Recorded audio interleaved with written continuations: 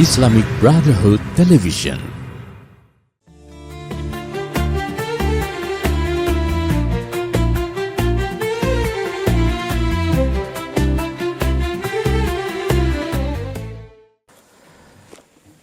بسند المتصل إلى الإمام حجة الإسلام أبي حامد محمد بن محمد الغزالي الطوسي رحمه الله تعالى ونفعنا به في الدارين آمين إلى أن قال ثم هو متميز بخاصية النسبة إلى الله تعالى عز وجل من بين سائر الأركان إذ قال الله تعالى فيما حكاه عنه نبيه صلى الله عليه وسلم كل حسنة بعشر أمثالها إلى 700 ضعف إلا الصيام فإنه لي وأنا أجزي به.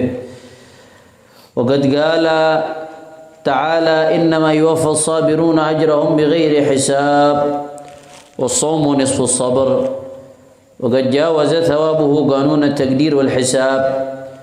وناهيك في معرفة فضله قوله صلى الله عليه وسلم والذي نفسي بيده لخلوف فم الصائم أطيب عند الله من ريح المسك.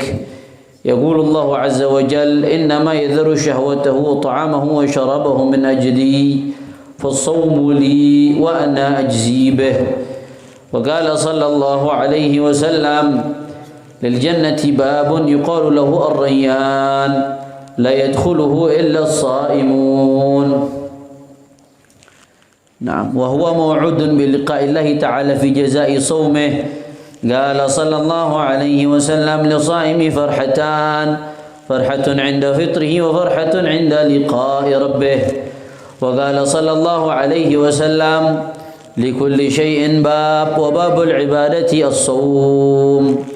نعم Alhamdulillah pada hari ini kita melanjutkan lagi pengajian daripada kitab Ihya Ulumuddin karya Imam Hujjatul Islam Abi Hamid Muhammad bin Muhammad Al-Ghazali, khususnya di Babus Shaum yang kita bahas pada kesempatan kali ini. Kemarin sudah dibahas bahwasanya puasa adalah seperempat dari iman. Nah, dari mana diambil seperempat dari iman? Karena puasa itu adalah setengah dari kesabaran, sedangkan kesabaran adalah setengah dari iman. Berarti kesimpulannya puasa setengah dari iman. Naam. Itu sudah kita bahas panjang lebar bagaimana hikmahnya puasa, hikmahnya shaum di dalam mempertajam ihsan, muraqabah, seseorang menyadari bahwasanya dia selalu dalam pantauan Allah Subhanahu wa taala. Nah, kemudian di sini beliau menjelaskan lagi, biasanya Imam Al-Ghazali begitu. Selalu di awal bab Imam Al-Ghazali sebelum masuk ke pembahasan yang bersifatnya rinci tafasil, selalu beliau menyebutkan fadail, keutamaan bab yang terkait atau pembahasan bab terkait yang ada di Al-Quran dan kemudian di sunnah hadisnya Nabi Muhammad SAW, kemudian kalamnya para salafun salih daripada sahabat dan tabi'in. Terus berikutnya baru Imam Al-Ghazali biasanya masuk kepada perincian. Di dalam kitab Ihya Ulumuddin urutannya biasanya seperti itu beliau. Bahkan biasanya kalau muallif di banyak kitab itu rata-rata khutbatul kitab cuma ada di awal kitab, pembukaan muqaddimah khutbah itu. Kalau Imam Al-Ghazali salah satu ciri khas beliau di Ihya Ulumuddin, hampir di setiap kitab, setiap awal kitab, kitabus salah, asraris salah, kitab asraris shaum, kitab asraris zakah, kitab asraril hajj, kitab al-ilm yang di awal, kemudian nanti ada kitabul hisbah, macam-macam. Hampir di setiap awal kitab pasti Imam Al-Ghazali ciri khasnya menyebutkan khutbatul kitab. Pasti beliau nyebutin muqaddimah seakan-akan itu adalah awal kitab yang baru, padahal itu bagian dari kitabnya Ihya Ulumuddin. Nah, sebelum kita masuk, perlu saya ingatkan kepada para santri, Ihya Ulumuddin ini terbagi menjadi 4 bagian. Berapa bagian? 4. Yang pertama rub'ul ibadat.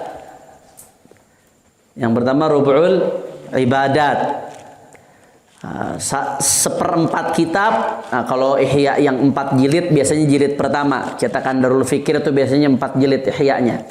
Nah, seperempat pertama bagian ibadat. Isinya adalah tentang ilm, kemudian aqaid, akidah, kemudian tentang sholat, zakat, shaum, dan haji. Itu adalah, dan kemudian naam. Nah, itu adalah rub'ul ibadat.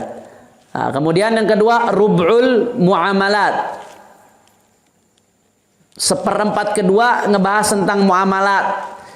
Bagaimana hubungan manusia dengan manusia, bagaimana hubungan kita dengan tetangga, bagaimana hubungan kita dengan penguasa, bagaimana itu yang namanya al-hisbah, amar ma'ruf nahi munkar. Sepengetahuan al-faqir yang cetek ini ilmunya, yang tidak ada ilmu sepengetahuan al-faqir, ulama di antara ulama salah satu yang paling detail membahas tentang hukum hisbah amar ma'ruf nahi munkar adalah al-Imam Al-Ghazali.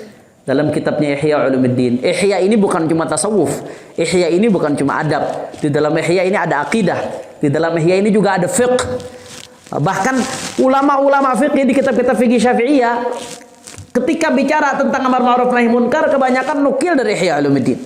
Banyak yang nukil dari Ihya Ulumuddin. Karena setahu Al-Faqir tidak ada yang lebih detail bahas tentang amar ma'ruf nahi munkar secara perinci betul-betul seluas Al-Imam Al-Ghazali dalam kitabnya Ihya Ulumuddin. Masya Allah. Dan Al-Faqir dalam kitab Al-Faqir Ithaful Ahibbah bi Ahkamil Hisbah, yang mana aslinya kitab tersebut merupakan bahas takharruj Al-Faqir di Jami'atul Ahqaf.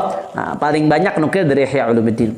Karena memang Imam Ghazali yang paling detail bahas tentang amar ma'ruf nahi munkar. Amar ma'ruf nahi munkar itu dibahas di rub'ul muamalat. Seperempat kitab Ihya Ulumuddin yang bahas tentang muamalat. Kemudian yang ketiga rub'ul muhlikat. Imam Al-Ghazali bahas apa aja sifat-sifat yang bisa bikin hancur seorang hamba. Al-kibir, orang sombong, dibahas panjang lebar sama Imam Ghazali. Bahkan kalau kita baca Rub'ul Muhlikat Imam Ghazali, dulu Al-Faqir ngaji Rub'ul Muhlikat Imam Ghazali itu dari Abuya, Syekhi Murabbi Ruhi Abuya Al-Habib Zain Ibn Hasan Baharun. Cukup banyak kita ngaji Rub'ul Muhlikat dulu sama beliau. Naam. Rub'ul Muhlikat itu bahas kibir, detail panjang lebar sampai tidak ada, seakan-akan tidak ada lintasan hati yang lewat di hati kita kecuali dibahas sama Imam Ghazali. Saking detailnya Imam Ghazali, kibir panjang lebar dibahas sama Imam Ghazali. Bagaimana gurur, orang itu bisa tertipu dengan ilmunya sampai lupa diri, tertipu dengan ibadahnya sampai lupa diri, tertipu dengan nasabnya sampai lupa diri. Dibahas panjang lebar sama Imam Al-Ghazali dalam Rub'ul Muhlikat. Nah, itu yang keberapa tadi tuh? Ketiga. Yang keempat, Rub'ul Munjiat, yang terakhir. Seperempat terakhir adalah Rub'ul Munjiat, yaitu membahas amal-amal yang bisa menyelamatkan orang di akhirat. Amal-amal yang bisa ngangkat derajat orang di sisi Allah Subhanahu. Mudah-mudahan Allah kasih kesempatan untuk ngatamin Ihya Ulumuddin insyaallah. Kapan kesempatan? Amin ya rabbal. Ihya Ulumuddin ini kitab azim para aulia, para ulama itu mereka menghatamkan kitab Ihya Ulumuddin. Al-Habib Abu Bakar bin Muhammad As-Sagaf Gresik Wali Kutub itu setiap tahun ngatamin kitab Ihya Ulumuddin sampai sekarang.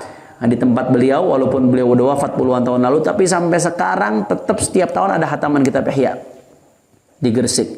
Al-Habib Ahmad bin Husain As-Sagaf dari zaman ayah beliau, bahkan dari zaman kakek beliau di Bangil, setiap tahun hatam kitab Ihya Ulumuddin. Orang-orang wali, orang-orang soleh itu rata-rata hatam kitab Ihya Ulumuddin. Mudah-mudahan kita semua bisa hatam dan bisa mengamalkan insyaallah. Naam. Di sini beliau melanjutkan ketika bicara tentang saum puasa, huwa mutamayyizun bi khasiyatin nisbah ila Allah taala min baini sairil arkan. Salah satu keistimewaan puasa, amal-amal lain tidak secara langsung dinisbatkan kepada Allah. Tapi puasa Allah nisbatkan langsung kepada Allah Subhanahu wa taala. Makanya dikatakan dalam hadis qudsi fi ma hakahu anhu nabiyuhu sallallahu alaihi wasallam, hadis qudsi. Naam. Apa perbedaan hadis qudsi dengan Al-Qur'an, ayat Al-Qur'an? Ada yang sudah belajar mustalahul hadis? Atau yang belajar ulumul Qur'an? Ulumul Qur'an kelas berapa di sini? Kelas 5. Apa perbedaan hadis qudsi dengan Al-Qur'an? Sama-sama dari Allah, sama-sama firman Allah, sama-sama firman Allah. Tapi bedanya kalau hadis qudsi itu maknanya dari Allah tapi lafadznya dari Nabi Muhammad sallallahu alaihi wasallam. Maknanya dari Allah tapi lafadznya dari Nabi Muhammad. Kalau Al-Qur'an makna dan lafadznya datangnya dari wahyu dari Allah Subhanahu. Kalau Al-Qur'an udah pasti mutawatir. Tapi hadis qudsi belum tentu mutawatir. Hadis qudsi, orang yang dalam keadaan hadas boleh megang hadis qudsi. Nggak dilarang, walaupun kurang adab, kurang akhlak. Akhlaknya, adabnya kalau kita nuntut ilmu harus ada wudu, apalagi hadas besar. Lebih nggak adab lagi, tapi nggak haram, nggak dosa. Orang dalam keadaan hadas boleh megang hadis qudsi walaupun itu firman Allah karena bukan Al-Qur'an. Tapi kalau orang dalam keadaan hadas megang Al-Qur'an boleh atau tidak? Nggak boleh. Bahkan kalau hadas besar jangankan megang Al-Qur'an, baca Qur'an aja tidak boleh. Hadis qudsi boleh. Itu salah satu perbedaannya di antara sekian banyak perbedaan. Nah, itu nanti disebutkan di kitab Mustalahul Hadis atau di kitab Ulumul Quran. Di Mustalahul Hadis ada di Manhalul Latif ada disebutkan itu perbedaannya. Nah, Allah berfirman dalam hadis qudsinya, "Kullu hasanatin bi'asyri amsalha illa 700 dha'fin." Kata Allah Subhanahu wa taala, setiap kebaikan itu dilipat gandakan 10 kali lipat sampai 700 kali lipat.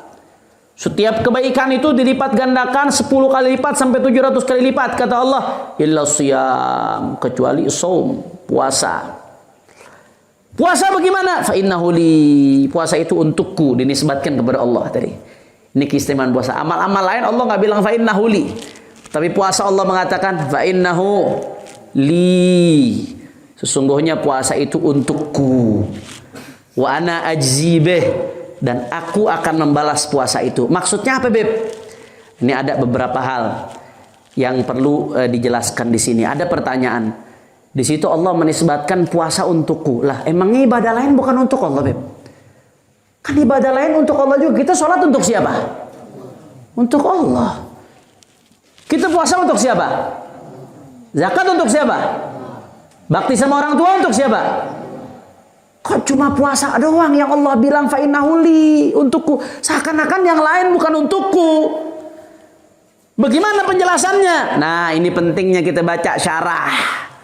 Pentingnya kita baca syarah. Kalau ngaji Ihya Ulumuddin, maka mutalaahnya syarah Ihya.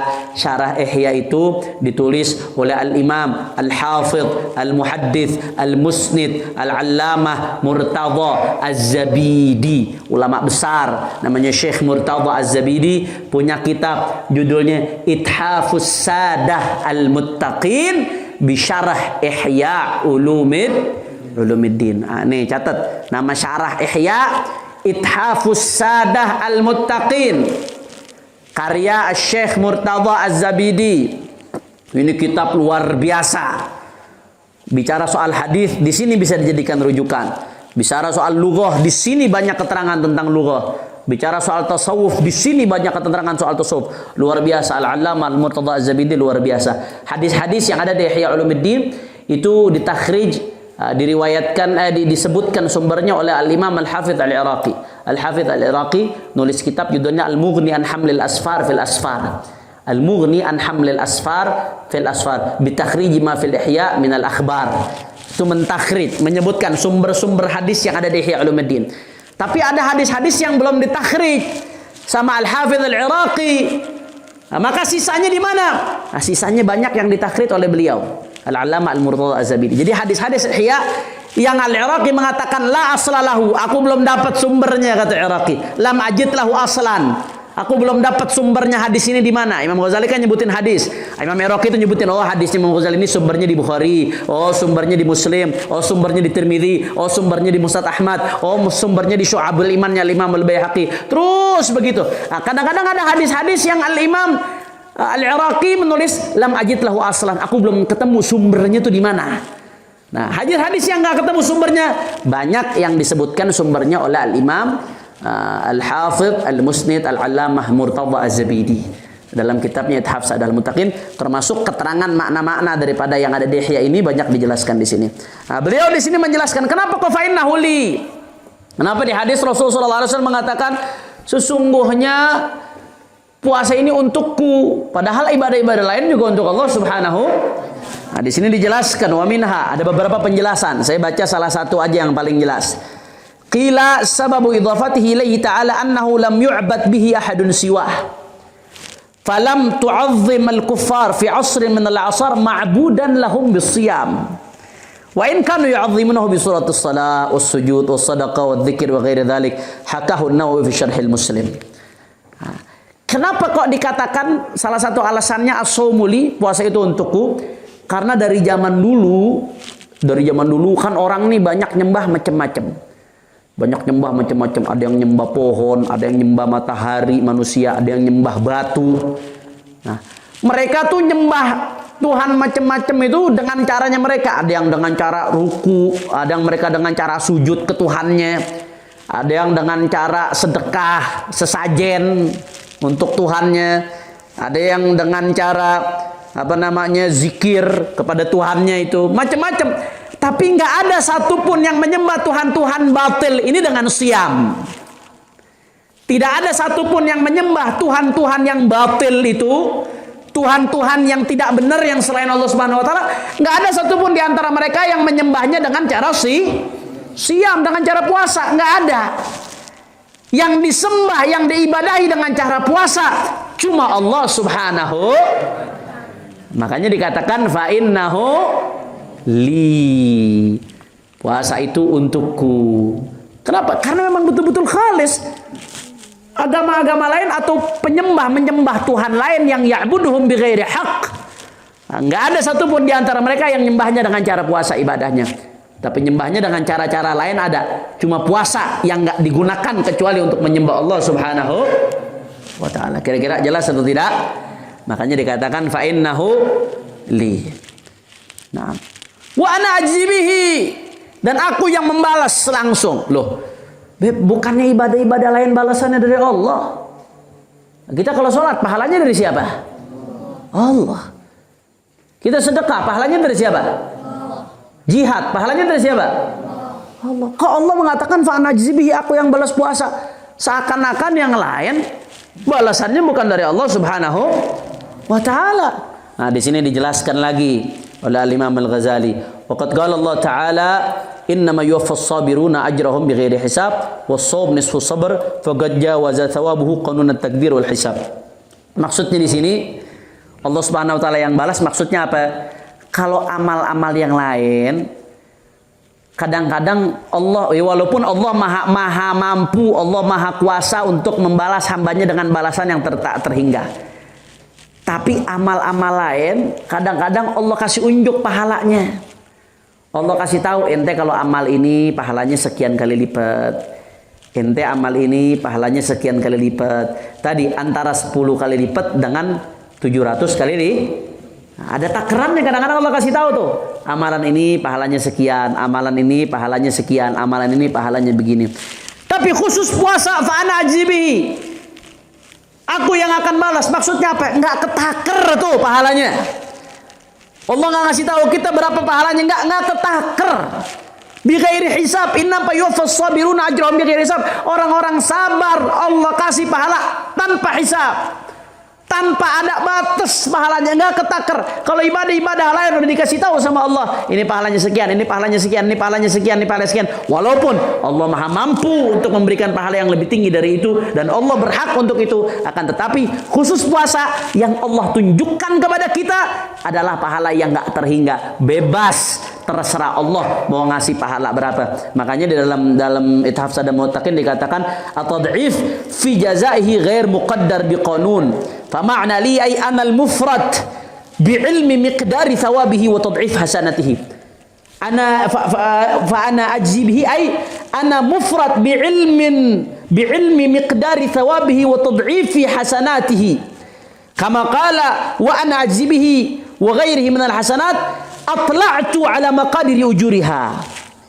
Kalau kebaikan-kebaikan yang lain kadang-kadang aku unjukin pahalanya sekian. Tapi kalau khusus pahala puasa aku nggak unjukin pahalanya berapa. Cukup aku saja yang tahu pahalanya. Pahalanya tanpa batas bagi orang-orang yang berpuasa. Alhamdulillah. Bersyukur kita sama Allah Subhanahu wa taala.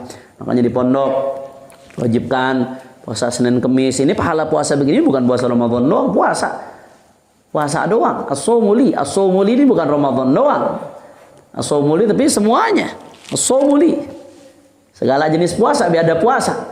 Nah, makanya beruntung kita di pondok ini nih diajarin puasa Senin Kemis, walaupun kadang-kadang ada yang minum di kamar mandi dari keran. Ada nggak yang begitu? Hah? Bener nggak ada? Ada? Ada? Kok nggak ngelapor kalau harus sama? Nah, kita bersyukur sama Allah Subhanahu Wa Taala. Di pondok diajarin untuk kebaikan. Di pondok ini cocok sama hadis Nabi Sallallahu Alaihi Wasallam. Ajibtu liman yadkhulul jannah bisalasil.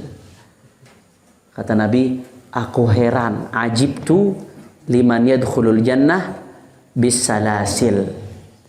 Aku heran, kata Nabi, orang yang mau masuk surga diseret-seret pakai rantai. Nah, kan ada orang-orang yang diseret pakai rantai masuk neraka, ada. Tapi ada makhluk umatnya Nabi ini masuk surganya diseret-seret pakai rantai. Bagaimana diseret pakai rantai? Oh, mau disuruh sholat jamaah, digebuk-gebuk dulu. Mau disuruh masuk surga, mesti diseret dulu pakai rantai. Sholat jamaah tujuannya buat apa? Biar masuk surga. Tapi mau masuk surga, mesti diseret dulu pakai rantai. Kalau nggak ada hukuman disetrap buat yang telat, semuanya telat.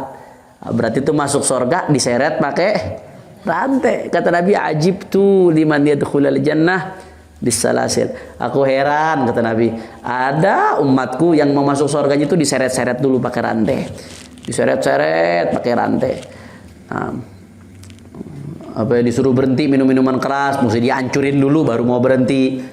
Kalau nggak dihancurin tempat mirasnya nggak mau berhenti. Itu namanya masuk surganya diseret-seret. Nggak apa-apa deh, nggak apa-apa masuk surga biar diseret pakai rantai. Yang penting jangan masuk neraka diseret pakai rantai. Na'udzubillah min. Na'udzubillah min dzalik. Naam. Satu lagi kita baca hadis. Wa nahika fi ma'rifati fadlihi qawlu sallallahu alaihi wasallam walladzi nafsi biyadihi la khulufu fami shaim atyab 'inda Allah min rihil misk. Yaqulu Allah azza wa jalla innama yadhuru syahwatahu wa ta'amahu wa syarabahu min ajli fasawmu li wa ana ajzi bih.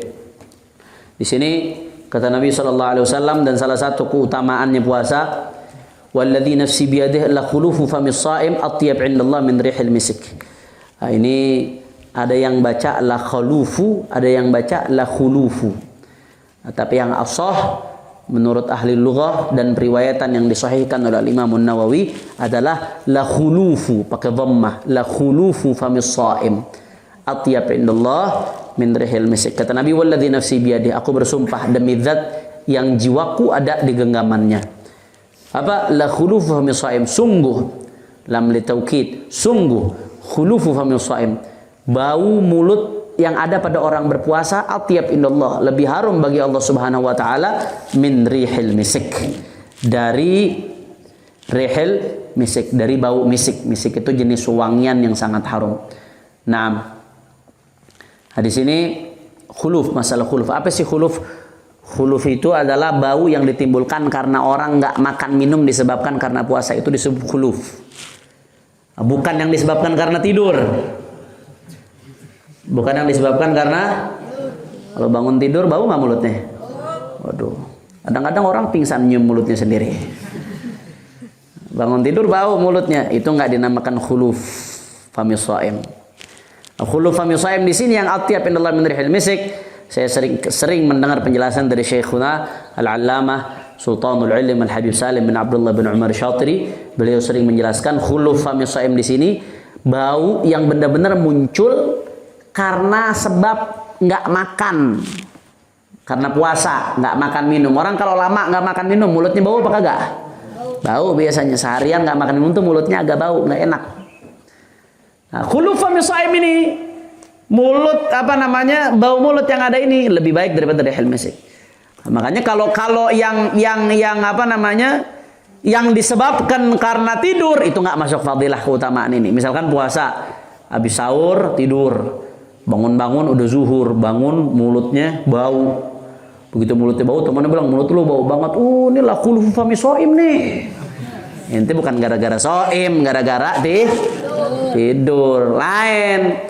Kata Habib Salim, khulufu famis shaim itu yang betul-betul bukan karena disebabkan karena tidur, tapi disebabkan karena puasanya dia, bukan karena yang lainnya. Nah,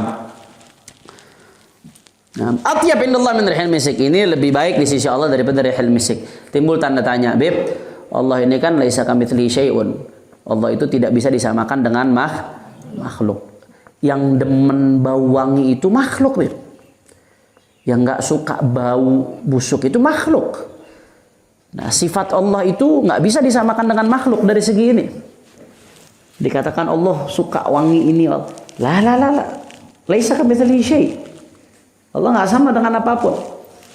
Makanya di sini dijelaskan oleh Syekh Murtada Az-Zabidi, ikhtalafa fi ma'na kauni hadzal khuluf atyab min rihil misik ba'da al-ittifaq ala annahu subhanahu wa ta'ala munazzahun an istitabati ar-rawaih at-thayyibah wa istiqdar ar-rawaih al-karihah. Kita sepakat bahwasanya nggak boleh kita artikan berarti Allah itu na'udzubillah min dalik, nggak boleh kita artikan Allah itu berarti suka nyium seperti manusia nyium bau-bau yang wangi. Allah nggak suka nyium bau yang bau seperti manusia nggak suka nyium.